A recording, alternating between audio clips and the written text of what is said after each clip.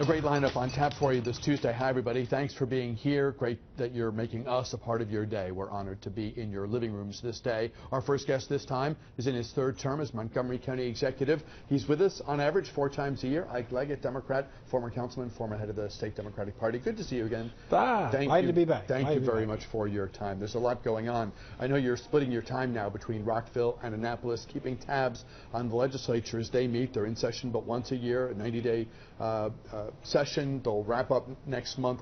What are you focused on? What are the county's priorities this year? Well, normally it's around money, and this year is no exception.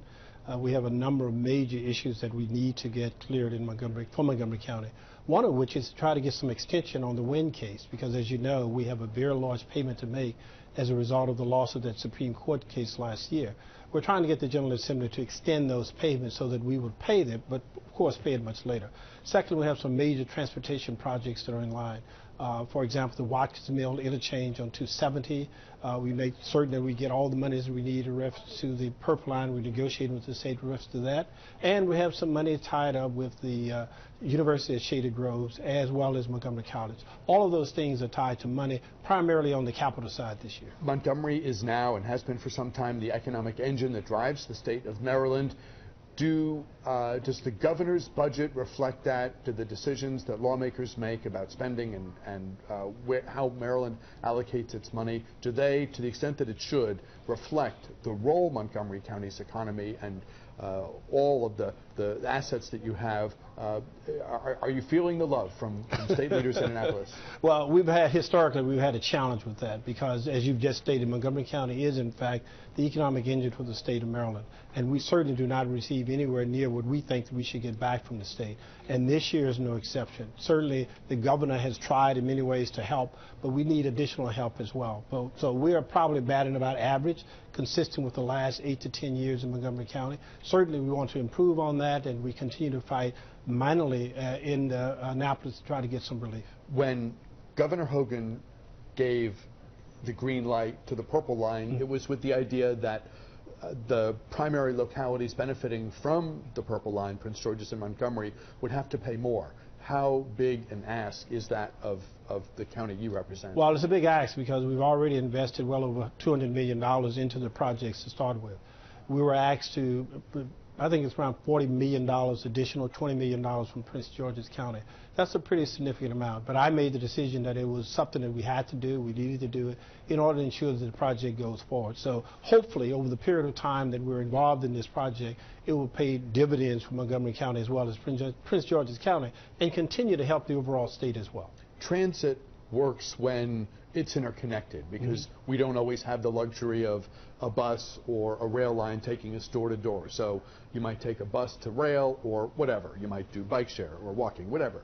Is the Purple Line, when it's all built out, going to mesh with the metro system the way it needs to for people to feel like that's a convenient way for me to get there? I can leave my car at home, or whatever the individual set of choices is for the people. Well, the Purple Line is not a panacea for every transit challenge and every transportation challenge we have. But if you look at the Red Line, which serves primarily Montgomery County, then you'll know that this is basically a north to south kind of operation. What we do not have is the east to west, and what the Purple Line will do will be able to connect the east to west, i.e. from Bethesda all the way around to New Carrollton, thereby making that corridor much more viable in terms of transit options, making life much more convenient, taking some cars off the road, and of course enhancing economic growth and development within that corridor. If you ever look at the region from an aerial perspective, you know where the metro stations are, particularly in Montgomery County and Arlington, and maybe you might include in that upper northwest DC as well, because where there's metro, there's been development. People have wanted to live, people have wanted to have businesses, offices, the rest. How much will the same apply to the Purple Line? Certainly we'll have additional development along that corridor, including College Park in Prince George's County, in East Montgomery County, as well as Silver Spring. Now, there are some limitations to that because this is not a metro line per se, but certainly it will enhance development along that line. We think that there are probably 25 to 30 projects that will go forward fairly soon in the foreseeable future that will be linked to the Purple Line. Phone lines open as we talk this Tuesday with Montgomery County Executive Ike Leggett. If you have a question or comment for Mr. Leggett, I hope you'll grab an open line. We will post the number, our call-in number to the bottom of the screen. We've done so there so that you can join the conversation, and we honestly love to have you be part of the dialogue. So if you have a question or comment for Mr. Leggett, 703-387-1020 is the number here. Grab an open line. We'll go to the phones as your calls come in. We're able to take calls from people who are watching us live in the 11 a.m. hour. How do you put together a budget? And you just released your budget proposal for 2017 with lawmakers in Annapolis still deciding how much money all the localities will get in the next fiscal year, the one that starts in a few months' time. How do you put together a budget, and what were your priorities this time? Well, first of all, the budget overall is $5.3 billion, which is fairly large for a county. The number one thing that we look at, of course, is the revenue flow and what we can afford to spend. And then we work back from that, determine our needs and move out from that. The primary priority in Montgomery County really falls down into two categories. That is education and public safety. And we build from that and we work around that. The educational budget in Montgomery County, that is K through 12, takes over 50% of that $5.3 billion budget. That's a large sum. And when we look at education this year, I've made a decision to significantly increase the amount that we will provide for education, primarily because we're increasing students by over 2,000 per year. Our student-teacher ratio is at a level that I find not to be acceptable. And of course, we have some challenges as it relates to performance with some of our students within the school system.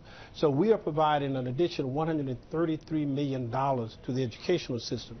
That's $90 million over the state-mandated maintenance of effort level because we value education so importantly.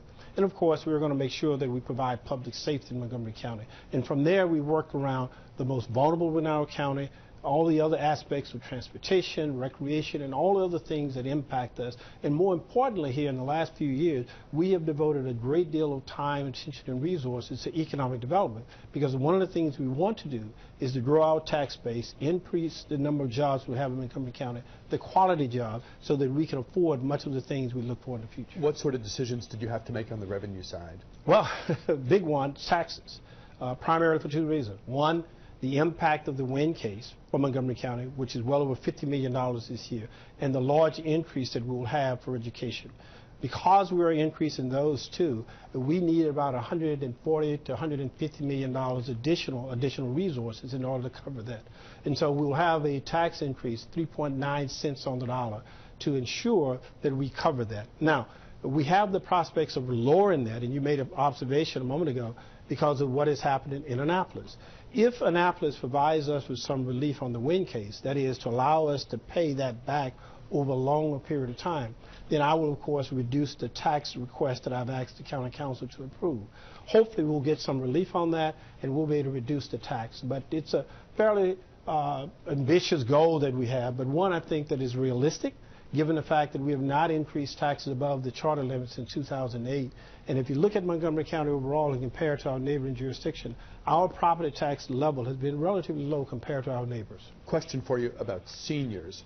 When seniors are in a community that they've lived in for a long time and they have roots and friends and a good life, and they're paying a lot to a school system that for them as an individual is kind of way in the past. Now, they might support education, but to be paying a lot of money each year for a school system that's really for other people's kids, it's that push and pull of do I stay or do I go? How do you address this? And what point are we at now in Montgomery County in terms of the squeeze on seniors? Well, first of all, we provide a tax credit to everyone in Montgomery County. That's $692. We provide a tax credit. Secondly, we're looking at additional ways in which to support seniors who live in their home under a certain level of income. Thirdly, seniors benefit. Even though they may not have kids in the school system, they recognize the importance of education to our society, to our county, and to the overall well-being of everything that happens in Montgomery County. And thirdly, it significantly enhances your property values. When you have good quality schools, we have lower crime, and all the things that comes as a result of the taxes that you pay, those seniors are able to live in safety, their homes increase in value, and they benefit as well. Can you talk about your decision to order a review of the county police department's use of tasers? Well, I was a little bit disturbed when you learned that Montgomery County led the state in the use of tasers, and we had 4 deaths. That's 4 too many. Clearly, when you use tasers, it's a less lethal option than some of the other options that are out there. But it's not an option that does not provide some level of discomfort, painfully, and has in fact caused deaths in the past. So I've asked, given what I've seen lately through a report coming out of Baltimore, looking at tasers used throughout the state of Maryland, a review to go back to look at it. The chief is now engaged in that process. We'll bring an outside consultant to look at it as well to make sure that we're using them appropriately, we're not using them too often, and when we do use them, we're not excessive in the amount of force that we're utilizing, because you could use them 1, 2, 3 times, sometimes they've been repeated, and of course you'd have some deaths as a result of that. Was there one case where it was 108 seconds of continuous use? I'm not sure about the actual number. I do know that when I looked at the video of one case that I saw, it appeared to me to be a fairly high use. But you have to give the judgment to our men and women who are very well trained, men and women who are making split-second decisions in terms of what they see on the ground. This is why I do not want to second-guess them from that standpoint of view, but we do want to make sure that we're doing everything to ensure that the safety of our officers, the safety of people around, as well as not to bring undue harm to the people they're engaged with. Has anything changed? Are officers still equipped with tasers now while the review is underway? Well, they're still using tasers today, but we're going to look at the training, the procedures we utilize, as well as the technology to make sure we're doing it right. Talking with Montgomery County Executive Ike Leggett here on News Talk. We'll take a break now. We're back, though, with more. Hope you'll keep it here. Back after this.